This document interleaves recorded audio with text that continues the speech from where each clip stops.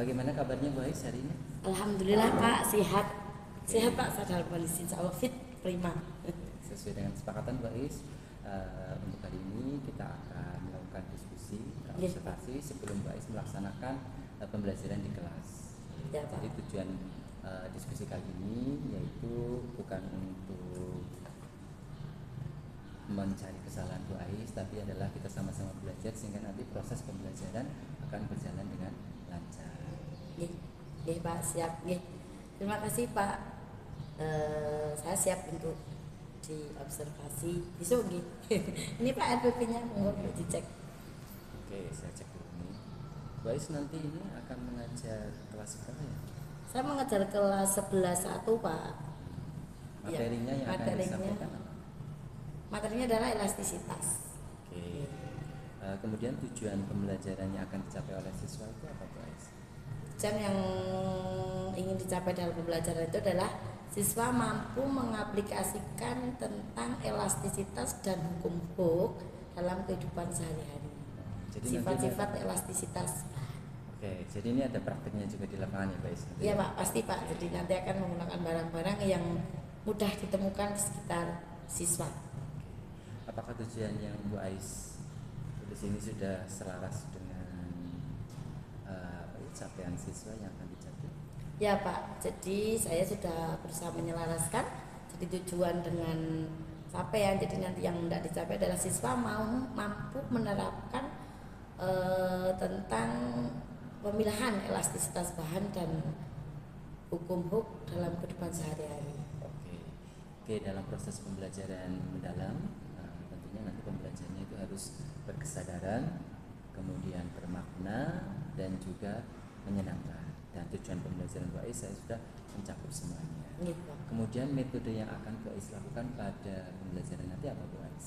Yang akan saya lakukan nanti adalah problem based learning Pak. Jadi di situ saya ada LK-nya Pak. Jadi ada panduannya untuk anak-anak bagaimana nanti saya menampilkan beberapa video sebagai pemantik, kemudian praktek-praktek sederhana mengajak anak untuk berpikir, kemudian nanti juga praktek tiap kelompok.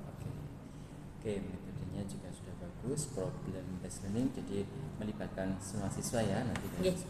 Kemudian berikutnya untuk media yang digunakan apa Bu Ais? Media yang saya gunakan adalah tentunya saya akan anak-anak menggunakan gadgetnya sendiri-sendiri nih Pak. Kemudian selain itu saya menggunakan alat-alat sederhana Pak. Jadi sama kan media itu kan yang dimaksud. Ya. Jadi nanti ada demo jadi berarti menggunakan PID, kemudian demo ringan. Jadi anak dikasih pemantik seperti ini. Coba kalau kamu bagaimana? Jadi anak-anak nanti menyimpulkan dari praktik ringan menggunakan alat-alat dan bahan yang sederhana seperti karet, gelang dan lain-lain Pak. Ya, oke. Kemudian fokus observasinya nanti apa Bu Ais? Kan ada memahami, kemudian ada merefleksi, kemudian juga ada mengaplikasi. Ya. Bu Ais fokus di mana? Saya mulai dari memahami Pak. Jadi anak memahami seperti apa itu elastisitas. Jadi ini barang-barang yang elastis, ini yang tidak elastis. Jadi akan saya tunjukkan apa itu elastisitas. Kemudian memahami batas elastisitas dan yang elastisitas kan hubungannya dengan bekas. Jadi nanti anak itu sampai bisa selain memahami mengaplikasikan itu apa saja penggunaan bekas dalam kehidupan sehari-hari.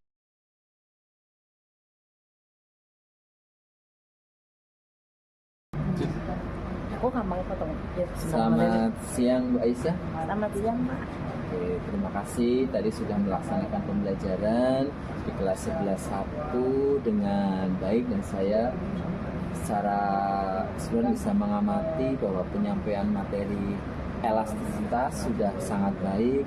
Contoh-contoh yang Ibu berikan juga aktual dan dekat dengan kehidupan siswa sehingga pembelajaran terlihat menarik. Ya, terima kasih Pak. Betul Pak, seperti itu. Jadi saya senang Pak dengan umpan balik itu. Semoga memang betul-betul seperti itu ya Pak. Oke. Nah, sebelum saya menyampaikan hasil pengamatan secara keseluruhan, bagaimana perasaan Bu Aisyah dan refleksi Ibu setelah mengajar tadi? puas atau tidak? Ya, dari secara umum gitu Pak, kalau saya mengajar tadi saya merasa sangat bahagia. Yang pasti saya itu bahagia ketika saya mengajar, itu mengalir, sehingga saya merasa saya bahagia. Saya merasa sudah bisa membawa anak-anak mengikuti pembelajaran itu dengan contoh yang tidak terlalu rumit. Dengan diskusi beberapa siswa juga aktif, walaupun masih mungkin Bapak bisa sendiri ya, masih ada beberapa anak yang kurang aktif gitu ya. Jadi ketika percobaan anak-anak juga berebut walaupun tidak semuanya. Menurut Bu Aisyah, apa yang mungkin menyebabkan ya pada saat pembelajaran beberapa siswa itu kelihatan kurang memperhatikan pembelajaran? Ya, ini ya Pak, kadang saya juga berpikir, saya sudah mencari cara yang sedemikian hingga real ada di kehidupan kita, tapi memang saya belum bisa membawa semua siswa itu terlibat dalam pembelajaran secara aktif. Mungkin beberapa anak yang tidak aktif itu mungkin yang diam ketika ditanya itu satu, mungkin mereka itu tidak aktif. Mereka mempunyai kurang dalam menyampaikan pendapat, atau mungkin juga anak-anak itu